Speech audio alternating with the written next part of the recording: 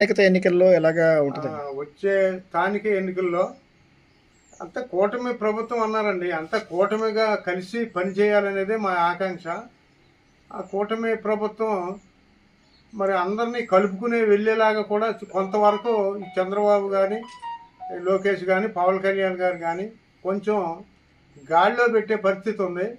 కొంత అవకతవకలు జరుగుతున్నాయి. దాన్ని మొత్తం అంతా కూడా ఇది ఎన్డీఏ కూటమి అన్నారు. కూటమి ఇదిగానే నడుస్తున్నాం. కొంత అవకతవకలు జరగకుండా చూసుకోవాల్సిన బాధ్యత పై అధిష్టానానికి ఉంది కాబట్టి అందరికీ ఈ పైన ఉన్న అధికారులు కానీ లేకపోతే పైన ఉన్న నాయకులు కానీ అందరూ కూడా ఈ నా యొక్క వాయిస్ గమనించి దీన్ని ఆచరణలో తీసుకోవాల్సిందిగా కోరి ప్రార్థిస్తున్నాం.